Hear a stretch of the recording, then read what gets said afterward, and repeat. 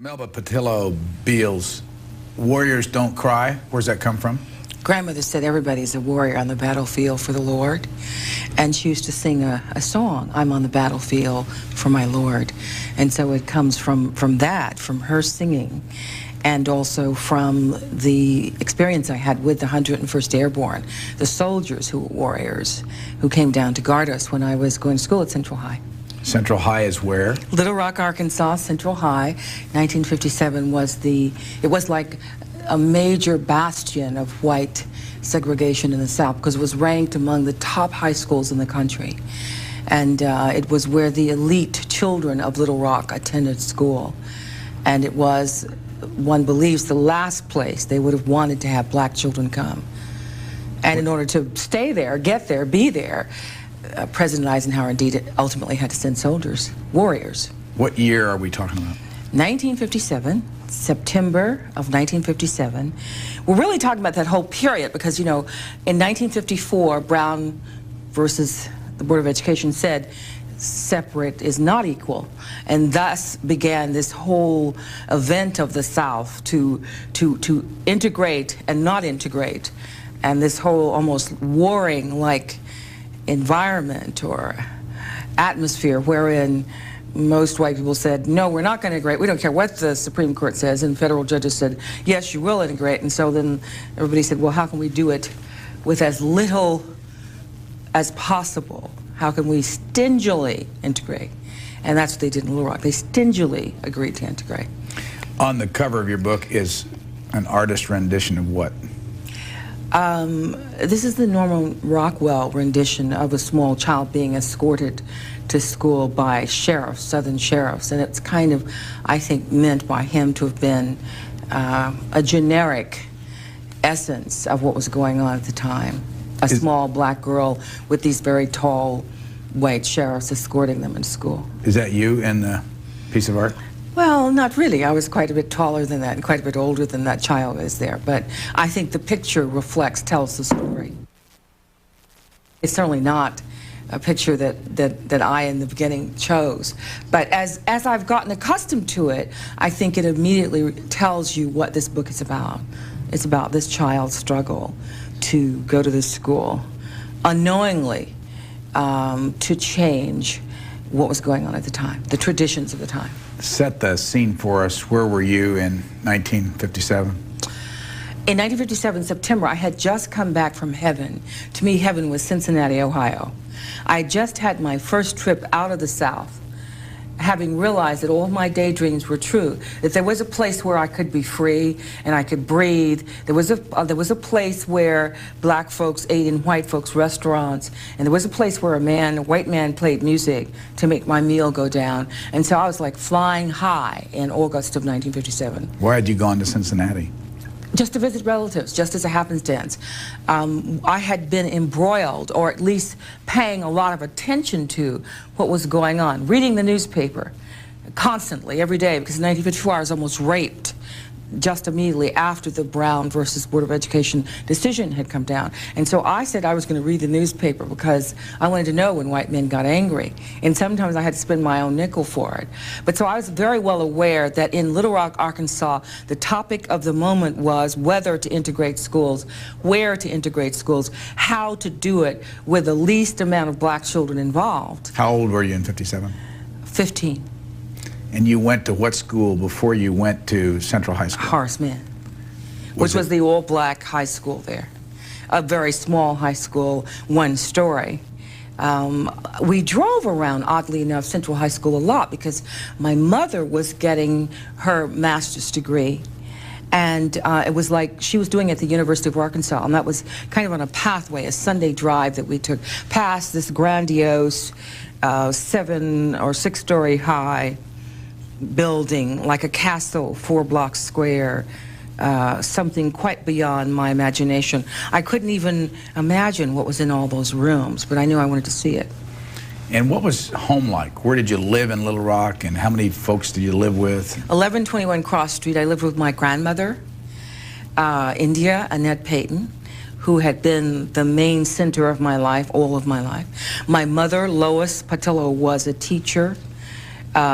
she had gotten by that time her master's degree, herself integrating the University of Arkansas classes in order to do so, but very subtly so, very quietly so, not a big row over it, just talking about it over the dinner table. My little brother Conrad lived with us. He was then at the time about 9, I suppose, 9, 10, 11 at the time. And that's all. My parents at this point were divorced. My father visited on a regular basis. He was very hostile towards my mother's decision to allow me to go to Central High School. By the way, what are you doing here in San Francisco? I've been here since I was 17 years of age. When I left Central High School, I came to the north escaping the Klan, got off a plane, was met in Santa Rosa by about 15 white people unknowingly, and I went to live with a white family, Dr. and Mrs. George McCabe, who still are mom and dad to me, who still live in, they live up in Occidental, California, and they walked me over the bridge to adulthood. They brought me back the sanity and the love and the consciousness I needed to move on to another space in my life. And they taught me the definition of equality, not by what was in the dictionary, but by how they treated me. Are you married? Divorced. Have a daughter who is now living in Los Angeles, has graduated from UCLA, and is working on her acting career. Sometimes works for me in my public relations business. Did you go to college? San Francisco State University, Columbia University for a graduate degree in broadcast journalism and film, was an NBC newscaster, worked for the public broadcasting station here first, KQED, on the famous newsroom, where I cut my teeth on journalism with some of these very seasoned ladies and gentlemen, and am very pleased with that backdrop to my life. Why this book now? Took me a long time to cough it up. Was very difficult to write, very difficult to write. I always thought that one day someone would walk in and there'd just be this large brown puddle of tears, and it would be me, you know. It took therapy, it took focus, it took prayer to get it up, to talk about it, to remember it all, to be able to talk about it from a neutral pedestal. I did not want to write the book through any veil of hostility, but just to simply tell you my story and let you decide what you think about it. How'd you remember all this? Kept a diary. I write things down incessantly. I mean, I hear snatches of conversation on a bus or in a lobby, so I always have kept notes, scraps of paper, or in this case, a diary. I actually have a little pink diary with a little white girl on it with a ponytail, which was one of my diaries given to me by grandmother that locked. Because I used to talk too much. Grandmother, you know, I used to say things like, people are like clothes on a coat hanger. Our souls are the coat hanger, and the clothes can be interchanged. We're not our bodies, we're our souls. Grandmother would say, shh, darling, write that down. Don't tell everything. And so I was very kind of psychic as a child, predicting at one point a cousin's death, saying, oh, I think Deborah's going to drown soon. Grandmother would say, shh, don't talk about that, write that down. And so that's how I started writing things down, because people thought I was a little strange. So she would say, write letters to God or write it down. Because as early as 5, I would say, you know, wait a minute, now what's going on here? Are the white folks going to be in charge forever? Or is it that we're going to be in charge, you know, come June to December? They're in charge now. I mean, how did this whole system get set up? You say everything's equal? You say God loves us all? Well, Grandma, what's going on, you know? And she'd say, shh, write a letter to God. So hence the whole, the writing thing was an early thing in my life. Back in September of 1957, how were you chosen to integrate Central High School? Simple thing. 2 years before, in 1955, just after the Brown versus the board, teacher came through class, black class, all black class, and said, which of you lives near Central High School and would like to go? I put my hand up. I was always a girl who would do anything once. And I was always curious about what was inside that school. So I merely put my hand up and I went away. You know, I didn't say anything to my parents about it. I just put my hand up, said, yeah, I'll go, sign here. And it wasn't until August, when we were in Cincinnati, Ohio, of 1957, that news came up saying that these people were going to go, and the big row about the whole thing. And my dad called my mom and said, you know, they're talking about your kid, don't you? And, you know, as my grandmother said, all Hades broke loose. How many were there? Originally there were 16, but we dwindled to 9 because people got frightened because of threats of violence, the circumstance that emerged as time went on. What's the first threat of violence you can remember? Just hearing people say, we don't want those niggers in our school. Just hearing that kind of definitive statement and hearing what they were willing to do. The hearingness of the mood was, to me, the first thing that made the sight of my heart hurt, made my feelings sad, made me want to cry. The thought that someone would kill me, the threat of killing, the actual feeling of physical violence was the first day we went to school. I went with my mom, and we were supposed to meet the other 8 children at a certain point, and there were some white ministers, etc. And we missed that point. We came up sort of behind a crowd that was directly across the street in front of Central High School. And the whole crowd at this point it was like going to a football game, you know, a big game, and you hear all this row or rodeo. And we walked up behind this crowd, trying to figure out what are they focusing at? What are they looking at? They were looking across the street, and of course what they were looking at was my little friend Elizabeth Eckford walking the gauntlet, that famous picture that you see of her walking up and down in front of those troops, trying to get access to the sidewalk that would lead her to the front door of Central High School. And we're watching her do this, and we're hearing the crowd yell, and we're watching what's going on. It's like being on Mars. Our minds can't compute. We've never seen anything like this, never felt anything like this, never been in this mob setting. Don't know why the police standing around in uniform. Don't police help? Police help people, don't they? Don't they stop violence? Of course they do. They're going to help her any minute. But they weren't. Troops, the soldiers, they have guns. Why do they have guns? Why is she walking up towards them and they're not helping her? Here's the dedication to your book that you have in the front of the book, and you list the others. Are they all alive today? Yes, very much. Some of them grandpas and grandmas. 2 of them, as a result of this incident, elected to go abroad and have never ever lived in this country. Minnie Jean Brown in Canada and Gloria Ray Kalmark in the Netherlands. They moved to those countries on purpose? Absolutely. Have never ever lived there. They have lived their whole adult lives there. Married there, had their children there, etc. I've only seen them twice. Still angry? Painful, not angry. In pain, in deep pain. I don't think either one of us, we were all together. Actually, President Clinton, then Billy Clinton to us, Billy, brought us together in 1987 at the mansion where Governor Farbus had set and planned our demise. And I don't think angry, in pain, deep pain. Hurt. Not angry, more now dealing with the pain of it all. Go back again to the beginning, the first day. So we were watching Elizabeth walk this gauntlet, and all of a sudden the men surrounding us say, well, wait a minute, we got us the nigger right here. And they're saying to her, nigger, go home. Nigger, go back to where you belong. What age people? 15 is Elizabeth, but the people that surround her are adults. Older, some of them students, but most of them adults. The people that are surrounding us are adults. Some men in suits, some men in overalls, adult human beings behaving the way I'd been taught no one behaves. Screeching, violent epithets, you know, just really cursing, but saying mostly very ugly things. And at first your ear doesn't hear. Your ear does not, in your mind, can't make all this make sense because, you know, where are you? What's happening? What's going on? And then the people nearest to us said, just as we were trying to figure out what do we do about Elizabeth? Should we go get her? What should we do? Mother said, I think we do her more harm by going across the street. Then we thought, well, okay, the police are going to intervene, but they didn't. But then the men around us start saying, hey, we don't have to worry. We got a nigger right here. Who's president at the time? Eisenhower. Eisenhower's president. And what's his attitude about all this? He doesn't know about this yet because this is the first Monday we went. And so it's like the first big effort in the South to integrate this at this level.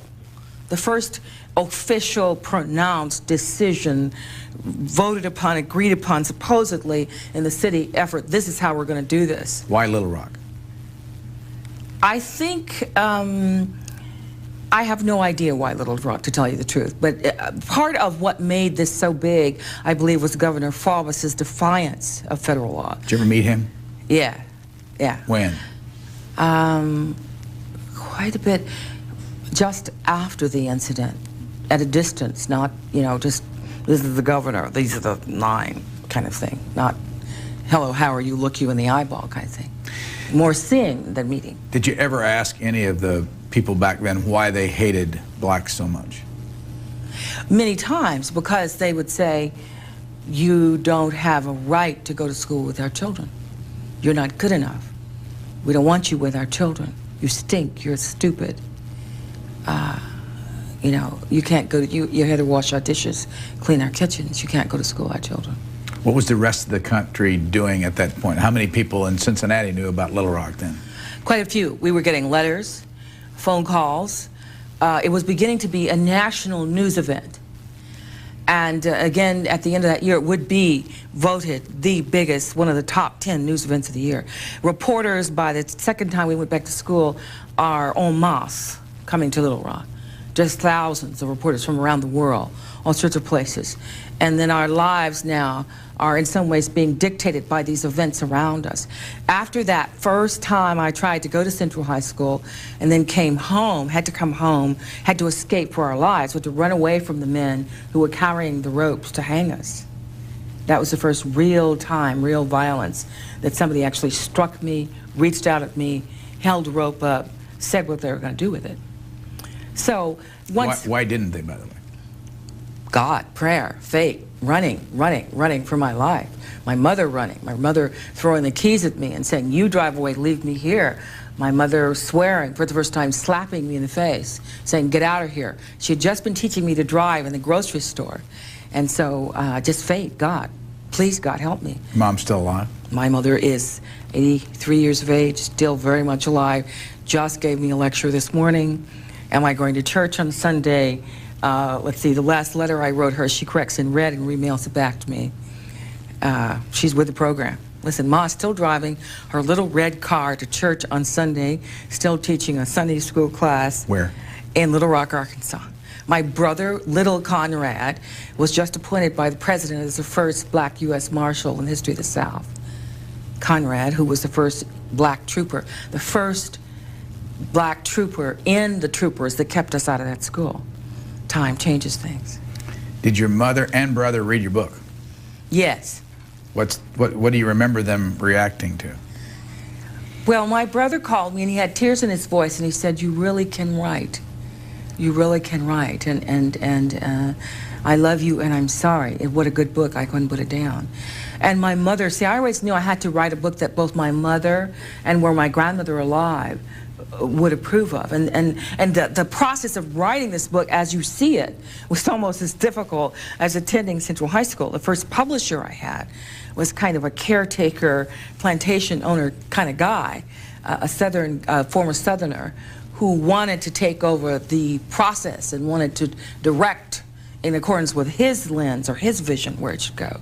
And I said always, it must be told through the eyes of the child, never through the eyes of an adult who then puts the layers of judgment over what happened.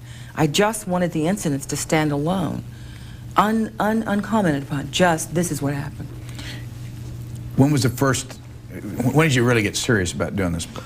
Oh, I was serious 2 years after I left Central High. I was serious during the time I was there. I was taking notes, writing it down, because it was just too big for me to handle. I couldn't tell anybody everything that was happening. I couldn't tell my grandma even everything that was happening. I could only tell God about it. But we're 37 years later, but when in the modern time did you get I have 12 serious? drafts of it. 12? Minimally. 12 drafts of it. 12 separately written drafts? Absolutely. I have boxes at home of that book. When did you write the first one? When I was 19. But before that, even a kind of collection of loose pages of it. When was the first time you took it to a publisher? Probably not until I was 37, 36. And what was the first reaction? Keep writing. This is good. Yes, we're interested. We want this. Do this, that, or the other. You've got to spill. The first time I sent this to an agent, I have a friend, Danielle Steele, who introduced me to her agent. And her name is Phyllis. We called her God. And she was very instrumental, Phyllis was, in helping me along this pathway, although she was not my agent ultimately when it was published. That was Sandra Dykstra. But Phyllis, the first time I wrote this book, it was like 380 pages long, and only 70 pages were about the actual incident.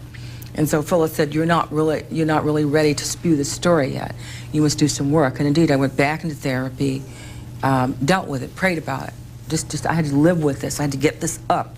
It was like a concrete in my gut, a solid, concrete bolt of pain in my gut that I had to get up piece by piece. What kind of therapy?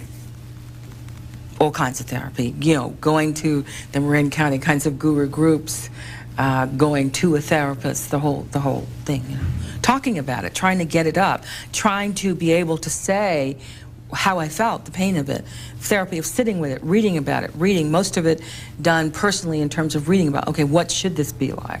And then therapy of writing about it, just writing over and over again. This is what happened, writing down to the core of my feelings, then allowing them to come up. For example, on one morning I remember arising at 5 and crying from 5 to 12, and then being able to write. Sitting in the room by myself, spent a lot of time by myself to write this book. Almost a solid year by myself. Didn't work, supported by my daughter, actually. I couldn't have done it without her, to write the book. So it was a long time. A lot of dealing with myself in it.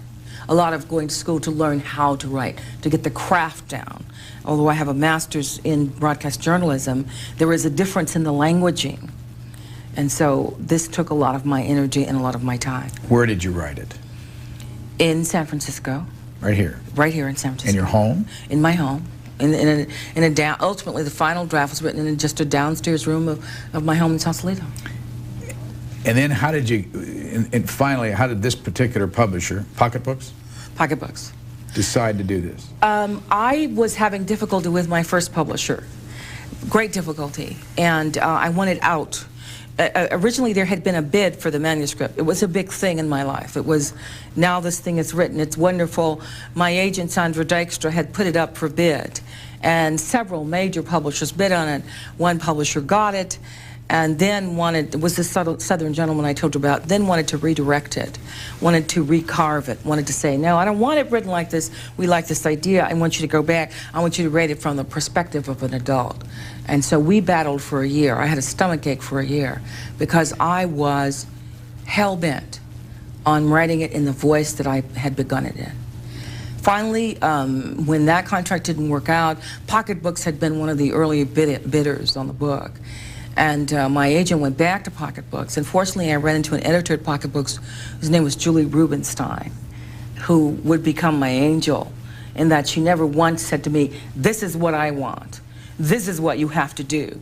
She would say to me, consider this, or do you really want this, or so-and-so. But she was to hold my hand along my own path. She did not lead me to a separate path. When did it first get into the bookstores? May of this year. How's it doing? Very well.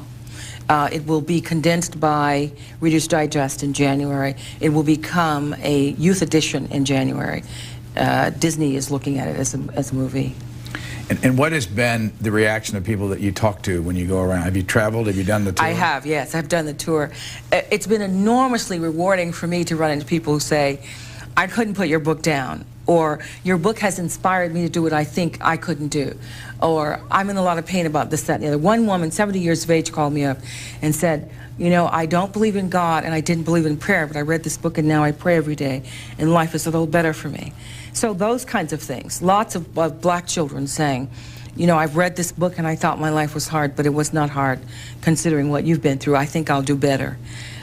So enormously rewarding. Most everybody who's come to me or called me or written to me has said, I got to do better because you did better, and that makes me feel good.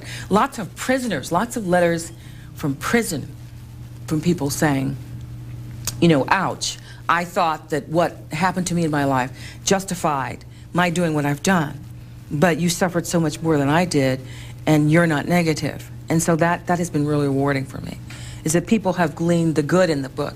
The book I always wanted to be about the resurrection, not the crucifixion. Back to 57, leading up to the day you went into Central High School, I remember you writing about phone calls you would get at home. Terrific phone calls all night. My grandmother would spew Bible verses to they'd call up, and my grandmother would say, you know, does your mother hear you say this? Does your God know you're speaking this way? What would they say? We're going to bomb your house. We're going to be right out. Who was calling? White people who didn't want me to go to school, segregationists. By this time, beginning to organize, beginning to get themselves together, beginning to have regular meetings, beginning to have regular rallies that we heard about, that were written about in the paper. Invitations to rallies appeared in the paper. White supremacist rallies saying, we don't want this integration, we're going to get you together, we're going to keep this from happening. One of my colleagues, Clarda Walls, who was going to school, they found a bomb that went off underneath her house, so that we were now beginning to experience some of the threats of violence, you know, cast against us. So we knew they weren't kidding. They were traveling the streets of Little Rock, beating up black people for no reason. So by now, I was sequestered in my house, couldn't go anywhere, couldn't play records, couldn't go be with my friends, couldn't go to the community center, couldn't do any things I'd ever done before. Who's Link? Link was a boy in school that is not his real name.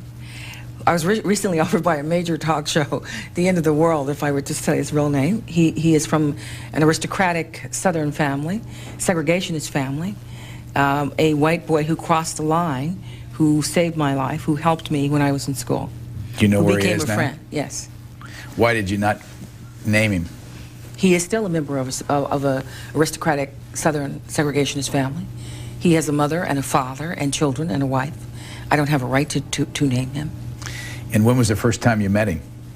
In Central High School. He was a student, a senior. And just by accident, I was standing outside of the wrong side of the building. See, envision that this school, one of the things interesting, I just went there with a group of children from the Magic Bus, and one of the things that was astounding to them was, envision that this school is 2 blocks long.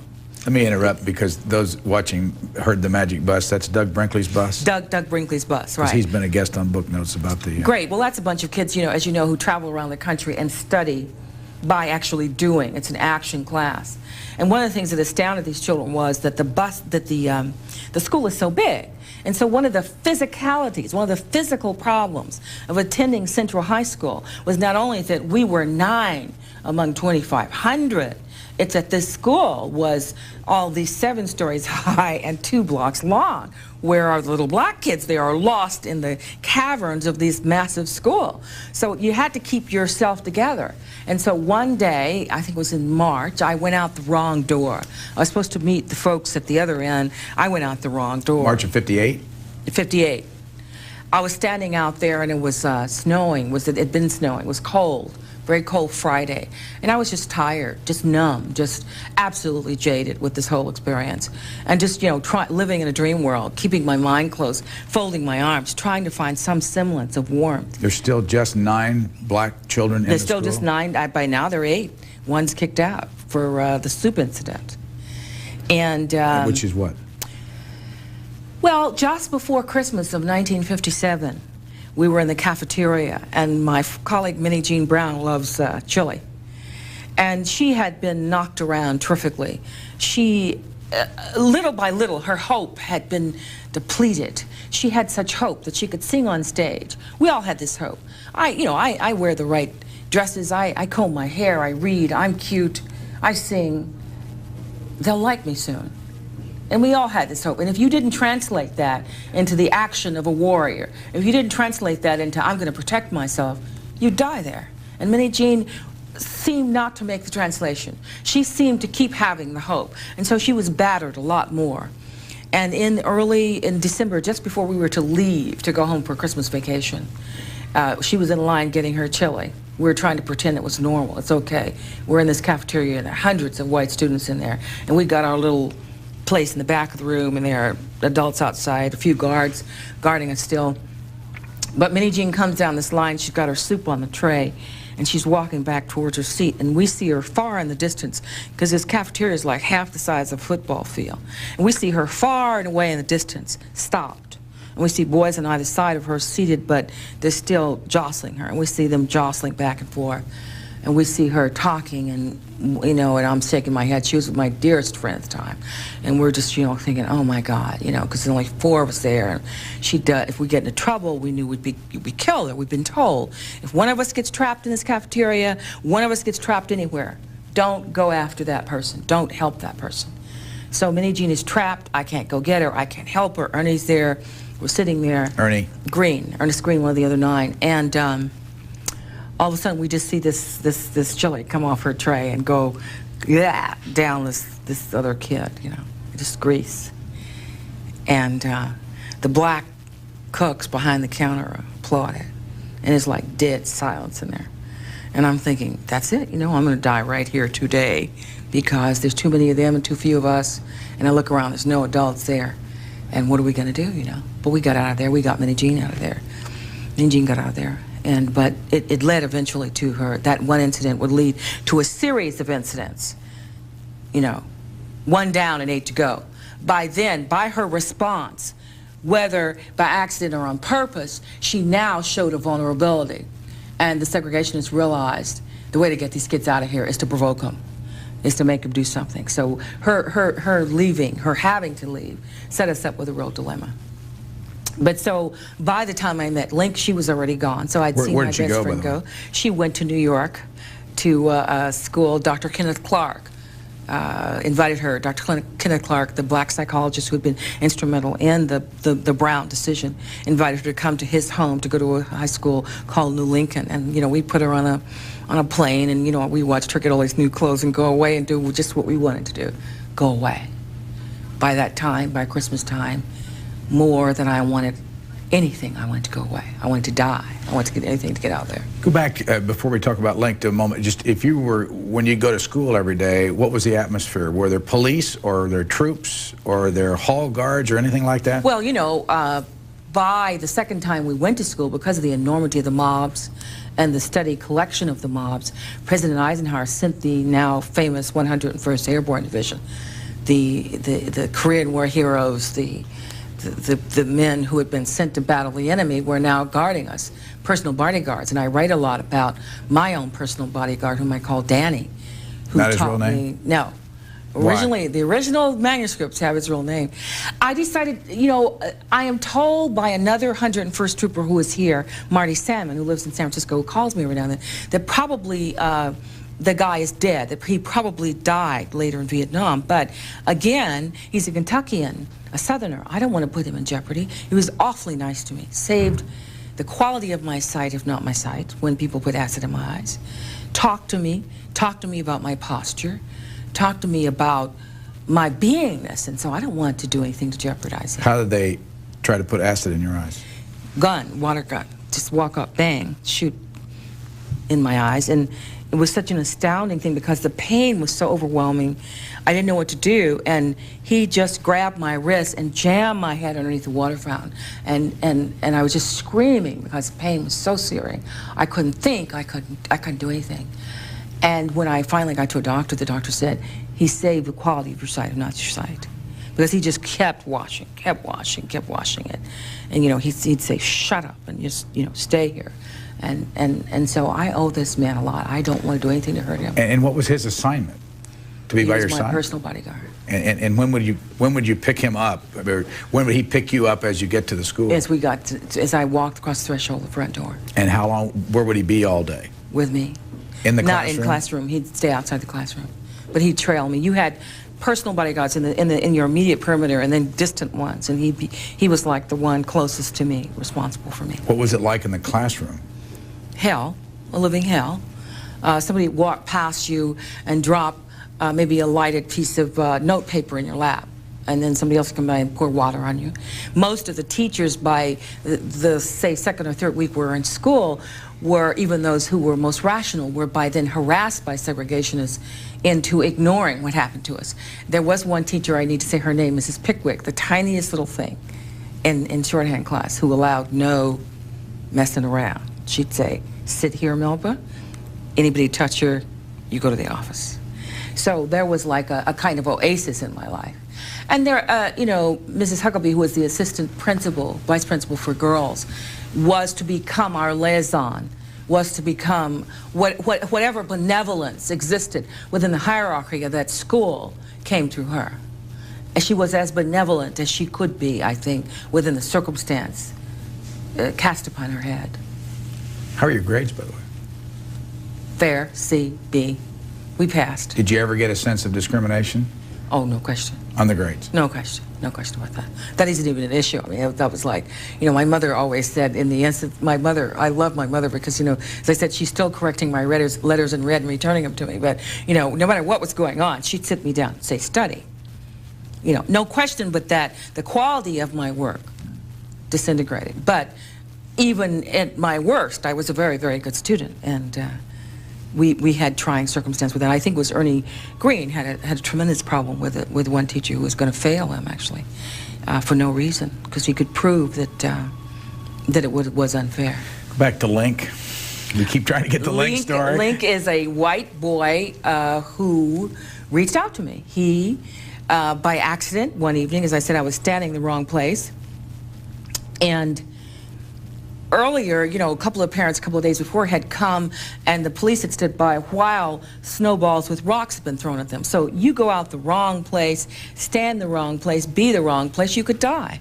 And I was standing the wrong place this evening, this afternoon after school, and Lincoln was nearby. And the boy named Andy, who had been chasing me throughout that year, threatening me with a knife, threatening to kill me, was approaching me with a gang, with a group of boys who had just taunted me the whole year.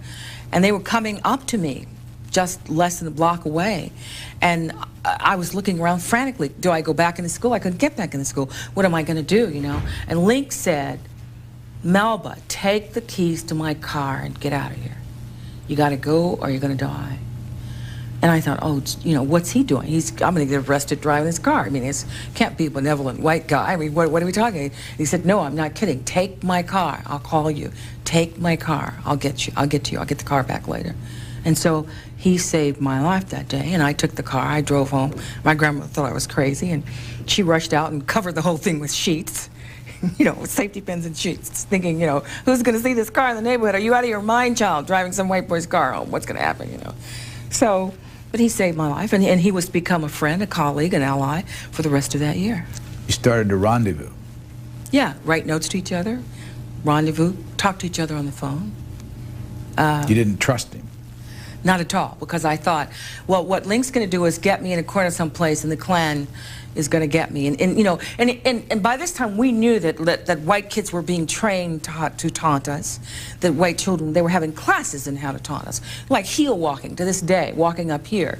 I have pains in my right heels from people walking on my heels during that period. It was a focused, concentrated effort. How would they walk on your heels? From the back? Just come up behind you and walk on your heels all day. Think of what that feels like after a couple of days. It was just incredible, you know. It was like it's like a pain you can't escape, you know. And so I thought, you know, how could he be nice? And he told me who his parents were, that they were involved in the segregation efforts, that his father was an avowed segregationist, that he had grown up with a black nanny, more or less. And he actually took me at one point to see this nanny. But that was a lot. I mean, you read a lot about that, going to see the black nanny. Yes, because that, I think, is why he could be open to me, because he really loved this woman who had raised the second generation of this family and had now been farmed out, sick, dying, with no Social Security, no hospitalization, no nothing. Just, you're sick, leave, go home. And Link would take her money and food with his allowance because he'd grown up with her all of his life. And so he took me to visit her because he wanted me to get a black doctor to go and see her. Did you do it? Oh, yeah, yeah. I got my grandmother involved, and we got a doctor to go and see her, and she died the day he graduated. This is probably a little bit out of context, but eventually you meet a man and marry him. That's right. And then, but he's white. That's right. How did that happen? He had on the uniform of my 101st Guard. He had on a soldier's uniform. He was a soldier. He was an MP. And I think part of it was that he made me feel comfortable. He was black belt in karate. Where? Where'd you meet him? San Francisco. But also by that time, my heart had been opened up by my surrogate parents, by Dr. and Mrs. George McCabe. Now, the blue eyes and the red hair that had meant death and torture to me was my dad, George. And my mom, Kate, George McCabe, White, who took me to school every morning, who took me swimming, who had family holidays with me. The very first day I went to school, it was Pops who brought me to school and said, "I'm here to register my kid." I just saw him a couple of weeks ago and had dinner. I will see him probably this weekend, he and Mom. So now the only actually closer to me than my own father, because I never had, you know, a real relationship with my own father. Is he still alive, by the way? He's dead. He died quite a number of years ago. But George McCabe and Carol McCabe would become real parents in my life. And so they opened my heart. They taught me that the color of hatred is neither black nor white. So by the time, you know, my husband comes into my life, I'm no longer totally closed in terms of what I think or who I think white people are. White people are different people to me by then. They're just people who happen to be white. Now, did you graduate from Little Rock Central High School? No, only Ernie Green at that time graduated. Later, Carlotta Walls would graduate, and I think Jeff did. But none of us, you know, after that year, Governor Faubus closed that school. And I spent a year at home watching soaps out, waiting for the school to open again. And it was after that year that I came to California to be. How did he get the justification to shut the school down? He just closed him. He didn't need a justification. He closed him. And it took the courts a year to circumvent that. He just closed all the schools. So now, in our own community, we were pariahs because our own black community was by then being squeezed, choked. The life was being choked out of it. No school, all the businesses closed down. If you were black maid in a white hotel, you were castigated. If you were black maid in white homes, as were many people, including my grandmother, you were castigated. So by then, the black people in our community were suffering so badly that we were not popular in either community. So when did you fly to Santa Rosa? Well, my uncle passes for white. I have a relative passes for white, and he's actually in the Klan. He's a sheriff, and we'd been hearing that the Ku Klux Klan had $10,000 dead, 5,000 alive on our heads. And he wait a minute. You say he's in the Klan? He passes for white. This is quite common. You don't mean the KKK? You mean? Yeah, I mean he's a sheriff. He's now probably now retired. But yes, he's a relative who used to come home maybe twice a year, and so he called up my mother and he said, you know, because he's in the circle, and he called up my mother and he says, you know, they're gonna skin her alive, get her out of there. Get her out of there today, let her go. Because my mother's idea was to keep me there, have me go to Philander Smith College, have me just continue living my life, go back to the black high school. But he called and said, no, you got to get her out of there. And by then the NAACP was soliciting homes for us, safe homes across the country, because we were in great jeopardy because segregationists would do whatever it took to keep us from going back to that school. They were going to have no more integration of Central High School. They'd kill us, they'd do what they needed. And they were very clear about that. So I left, got on a plane, came here, got off at the San Francisco airport, and I met by all these white people, and I'm thinking, gosh almighty, you know, this is the Klan, they're going to take me away, it's going to be the end. And only this year, when my dad and mom in Santa Rosa gave a party for me, did I learn why the black people didn't get there, because it was the Santa Rosa NAACP, both blacks and whites, and because they got separated. So it's a funny story, really. Well, what was the connection with Santa Rosa in the first place? Well, it was the NAACP, the Santa Rosa NAACP, that sponsored my coming here. So I get off at the airport and all these white people rush up to me and they say, hi, we're from the Santa Rosa NAACP. Well, I think to myself, you know, I've never seen any white NAACP. And you're 17. Yeah, and I'm frightened out of my wits, and you know, but eventually they would take me to live with George and Carol McCabe, and I would be welcomed into this family. There are 4 other children. And I would be welcomed as another child in this family, treated with the kind of equality that you could not explain on paper or talk to me about in words, but the actions of the McCabes were what healed my wounds and turned me around. What year how old were you when you got married? What, 19, 20, early 20s, yeah. And you got married where? In San Francisco, actually Reno, Nevada, I think it was. And how long were you married? 7 years. But at some point, you and Link talk, and this, it comes up that you married a white man, and he said, but well, you... see, early on he had said, why couldn't I go out with him? When he was leaving for college, he was coming to go to a major Eastern college, he said, the Klan has 10,000 dead, 5,000 alive on your head. Come with me. You come with me to a northern town. I'll take care of you. I'll protect you. And I said, are you out of your mind? I don't date white men. Get out of here. You know, yeah, I'm not going to do that. And he had then, up to then, just been my friend. And his sudden change frightened me, you know. And I knew the last time I saw him that I'd, like, never see him again. But then he continued to call me when I came here. And when I got married, he said, wow, you know, you said you wouldn't even go out with me, but you married a white man. So it was then that he stopped calling me. He was very, very angry about that. Have you ever had a conversation with any of the white students that were hostile to you at Little Rock since this all happened? Not really.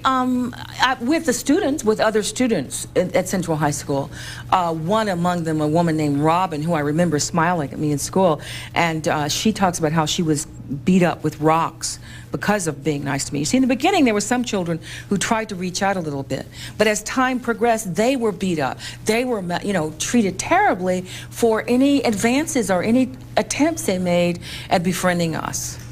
I do have a friend who is writing, an acquaintance, a white woman, who's writing a book about the anger there. And she will come back here now and then and say to me, be careful, because their feelings are the same. Most of them say, if we had it to do over again, we'd do just what we did over again.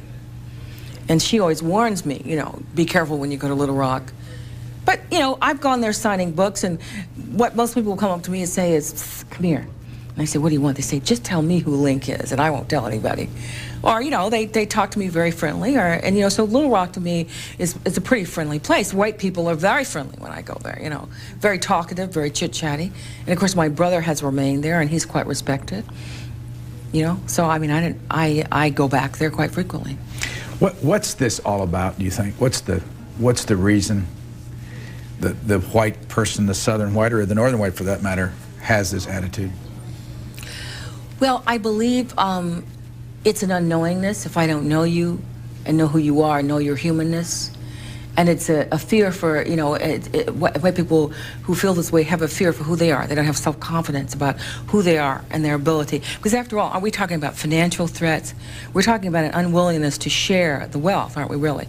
See, segregation and integration are just other words for we don't want to share what we've got.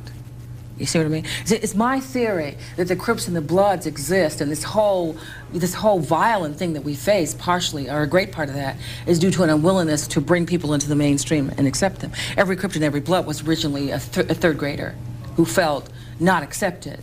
And so it's about, I eliminate you, I don't have to share with you. I don't need to see you as an equal, because then I have to include you. So it's about a whole big, huge umbrella of, you know, where one's heart is, not seeing your humanness because your eyes are blue and mine are not.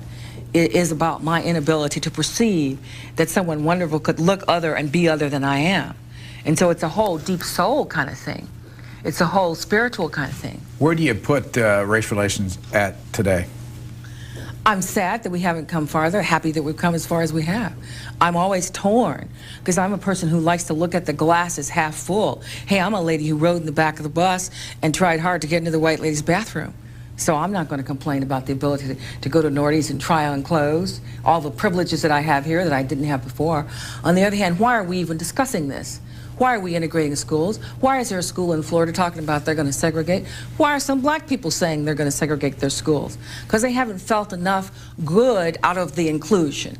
So I'm saying that this is even an issue today is problematic to me. We've solved a lot of other issues in the world. We don't get this one solved, we're not going to survive. Because as the world stands, in my view, I need everybody.